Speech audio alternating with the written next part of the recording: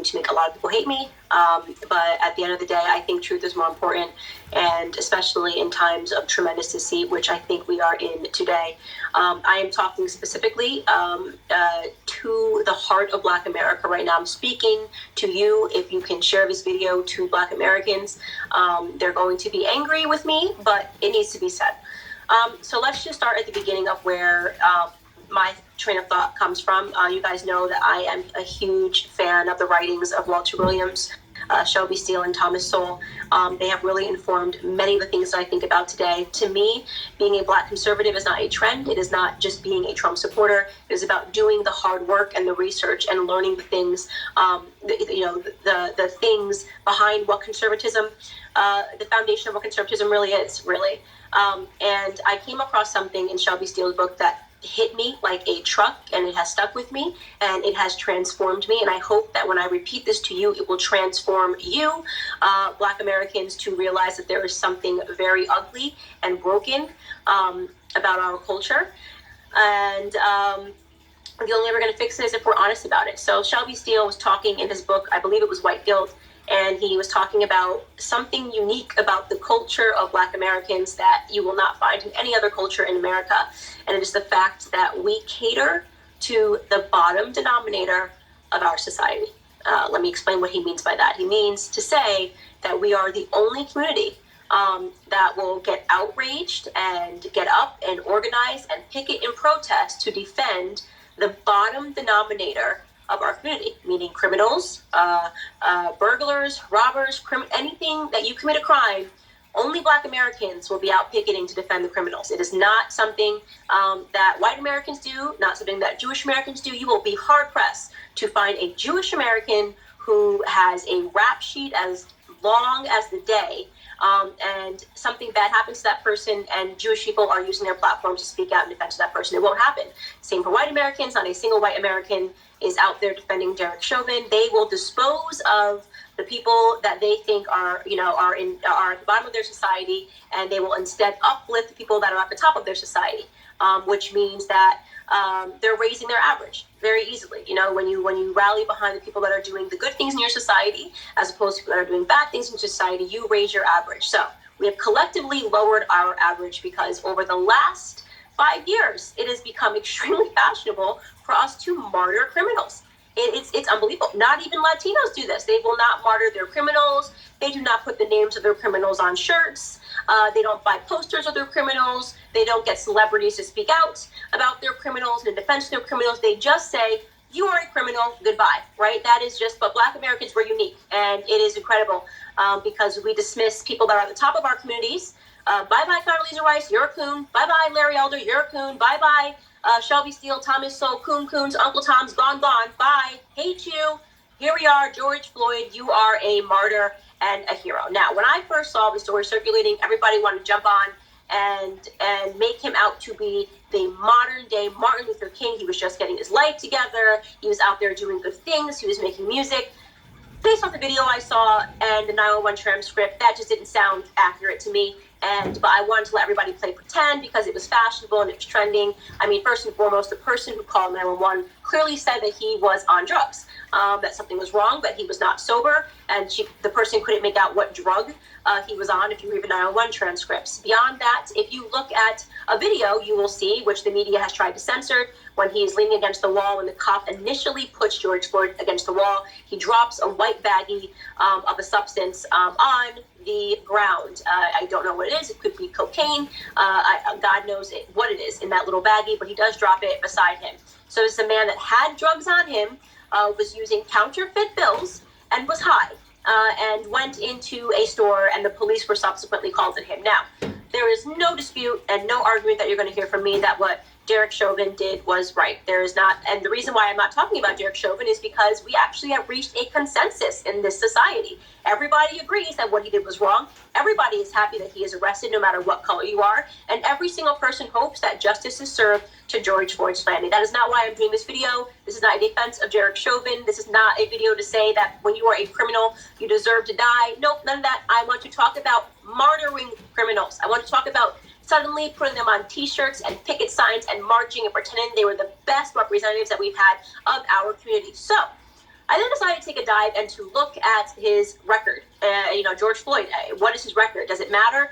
Me personally, I think if you spend some time in prison, you make a mistake, I'm a big believer that society should forgive you, especially when you're young and you have a first offense. I think it can be very easy to get caught up in the system. I have used my platform to speak out against that, to try to box people in and pretend that they are always criminals. I believe in second chances. I don't know that I believe in third, fourth, fifth, sixth, seventh, eighth, and ninth chances.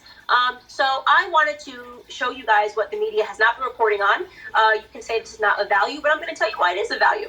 Okay, so let's start from the beginning. 1998, George Floyd spent his first prison stint 10 months for theft with a firearm. Okay, I believe in second chances, and 1998 is a very long time ago. Again, 4 years later, in 2002, he spent 8 months in prison for a cocaine offense. Different offense. We're talking about a drug offense. Okay, you can say that was another mistake. But then 2 years later, he spends another 10 months for a cocaine offense. I guess just another mistake. 2005, he spends another 10 months for a cocaine offense. This time, they stipulated that he had less than 1 gram, and he went back to prison. Now, the most important crime that he committed is the one that he spent prison time for, and a 5 years for, pardon, in prison. And I want to paint this picture because this is what makes me feel disgusted in Black America, because we are so willing to let Black victims who are victims of Black crime, we have no defense for them. Black on Black crime we don't care about. Imagine you are a pregnant woman, because this is what happened in this scenario. You are a pregnant woman and you receive a knock at your door. And it is a person that says they work for the water department. So you waddle your pregnant butt to the door and you open it, only to realize the person standing at your door does not work for the water department. You very quickly try to slam the door closed, at which point a Ford with 5 other Black men pulls up into the front yard, and 5 men jump out of the car, one of which is George Floyd, and he jams his way into your home. Now, you are pregnant, and at this point, George Floyd takes a gun and points it to your stomach, threatening you. You are screaming, and you are crying for your life. And you don't know if you're going to make it out of this situation alive. At this point, George Floyd puts you into your living room and instructs his friend who is with him to watch you, his armed friend, to make sure that you don't move from the living room as they ransack your home looking for drugs and money, of which they find neither, but they take your cell phone and some other personal objects of yours. Fortunately, on their way out, a neighbor catches the plates of the car that pulls away and gives it to 911. 911 is able to track down George Floyd and arrest him. And 2 years later, in 2009, he is sentenced to 5 years in prison. This is a Black woman that this happened to, a Black pregnant woman that this happened to. This Black pregnant woman, wherever she is in the world, is now watching as the entire world puts the name of this person who did that to her and says justice for him, and paints him out to be Martin Luther King, who just had a dream and wanted more for Black America, despite his extensively long a rap sheet. And they're saying it doesn't matter what his rap sheet was, and that we should put him up and pretend that he should have a larger platform, and that this was an innocent man who wanted what was best. Now, I'm inclined to believe, hey, look, he got out of prison in 2014. That's 5.5 years after he got out of prison. He could be a different man. I would be inclined to believe all of those things if the autopsy result didn't come back and prove that he was high that day on fentanyl and methamphetamines in his system, okay? So spare me your bullshit about him being on the right track, okay? You people that are on the right track do not do meth and fentanyl and drop baggies of drugs onto the ground. Now, again, this is completely separate from whether or not this cop had any right to restrict him in the way that he did on his neck. I don't believe he did, okay? But the idea that you're now going to tell me that my Blackness or my Black part is now associated to how hard I want to defend this person, a career criminal, right? And make him out to be the modern day Malcolm X, you lost your mind. You really lost your mind. I'm tired of playing these games with Black America. I'm tired of us being considered, not smart, uneducated. Oh, I actually saw comments on a random website writing about the article. Oh, now wait for Black people to start rioting because Black people got to be Black people. I'm reading these comments and realizing that these people are writing in the comfort of anonymity. And they're writing that their perception of Black Americans are people that have very little facts and riot and are angry and have no idea about what's actually going on, or basically understanding that the whole concept of racialized police brutality is a myth, okay?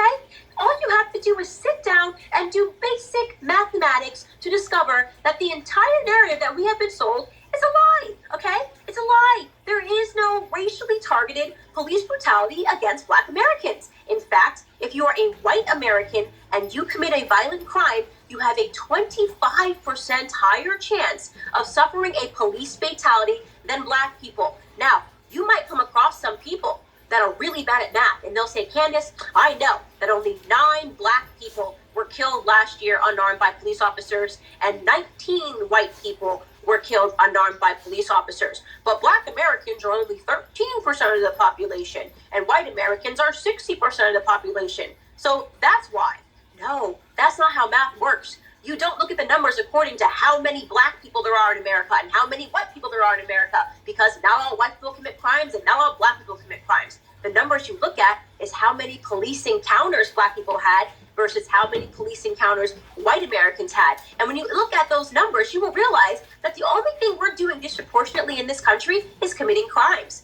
Take 2018, for example, right? 13% of the population, Black Americans, accounted for 40% of all of the murders and something like 50% of all violent offenses in the country. That's not normal. We are having more encounters with police, and despite having more encounters with police, white Americans are the ones that are being killed at a higher rate, okay? And Hispanic men at a higher rate. When you take a subset and you look over 100,000 encounters with police and with white Americans versus Black Americans, you will discover that Black Americans have less of a chance of having a fatal incident with police officers. Those are the facts. And I really don't care how those facts make you feel. I know it's so easy today being a Black person to take the victim narrative, to believe that we're being brutalized by police officers, to believe that these 9 instances of police brutality that happen per annum are a really big deal, but we should shut up about the thousands of Black Americans that are being killed by other Black Americans, because it doesn't matter, right? It doesn't matter when we kill ourselves. It doesn't matter when we're on drugs. It doesn't matter when we're high.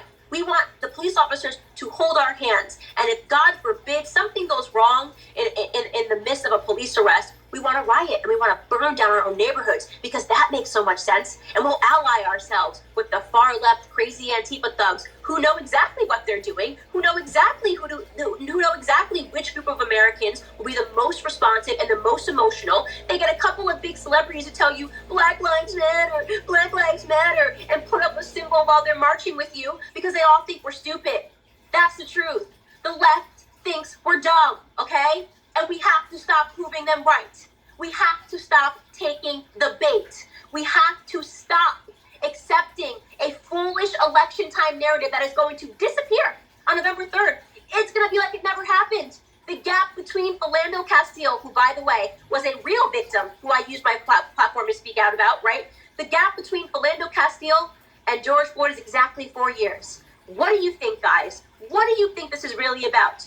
All they care about is power. All they want to do is destroy your neighborhoods, burn them down, shut down your businesses, and get you on government dependence. At the same time, poo-pooing you and telling you they're going to fight the big boogeyman of racism that doesn't exist as a problematic thing in this country, okay? Are there racists? Of course. Of course there are racists, guys. There's always going to be racists in this country. Do you want to know why? Because human beings are in this country. And there are Black people that are racist towards whites. If you think I'm kidding, go look at some of the articles that are written on BuzzFeed. There are white people that hate white people. There are white people that hate themselves. There are Black people that hate Black people, right? I think the most racist things that have ever been said about me since I got into politics were said by other Black people, not by white people, believe it or not, right? The whole Uncle Tom Coon thing, that language that white liberals taught us, right? We call that to one another. So we have some nerve calling other people racist when we are the most vicious and racist people in this country when it comes to taking down our own. When we kill each other faster, when we insult each other faster, when we continue to cater to the bottom denominator of our society, okay? I'm tired of blaming the white. I'm tired of your stupid posts. I'm tired of your little black squares that are supposed to mean something. A bunch of celebrities that want to look empowered. They don't care about you. Are you stupid? Your neighborhoods are burning down, not theirs. They're going to fund people. Christine, I'm going to fund getting people out of prison from behind my gated community that's never going to get burned down, right? It's never going to get burned down. From behind these security guards that defend me, and will shoot first and ask questions later. But I'm going to fund the people that are burning down the Black neighborhoods and pretend that I'm with Black people. We are just complete jokes to the left, right? Because the thing is that they do it every 4 years, and we keep falling for it. It's like they're not even switching it up. They're not even switching it up. They're just ruining another generation of Black Americans every 4 years. And you want to know what the result of these protests are, besides our neighborhoods burning down, besides our Black youth being arrested? We just signed up for another 60 years of Black poverty. And during those 60 years, you're going to have AOC and leftist politicians stump on the issues and claim it's because of systemic racism and not because they sent a bunch of white Antifa thugs to burn down the neighborhoods and to burn down the black businesses and to take all of these bricks to windows and businesses and force the business owners to leave. People that can afford to leave and leave these Black communities depleted with no jobs. They're going to pretend it's because of white people, not because of their bricks and their riots and their protests, and because Black Lives Matter and a George Floyd. He's not my martyr. George Floyd is not my martyr. He can go be yours, okay? I liked Kobe Bryant. Kobe Bryant wasn't a career criminal, okay? He was a career basketball player.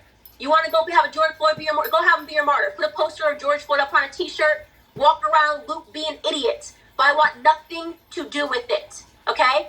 And so all you Black conservatives who think that Black conservatism is a trend, right? Oh, I'm a Trump supporter, right? But I'm showing that I'm really Black because I stand behind this stupid narrative. And I'm going to sit here and say that Black lives do matter because I'm trying to make people think that I'm in the middle. You're spineless. You're spineless and you're uneducated. Go pursue the numbers. If you want to really stand on the platform of uplifting our community, cut the crap and tell them the truth. You don't need to be well-liked. I'm not well-liked. I don't care. I'm not here to be well-liked.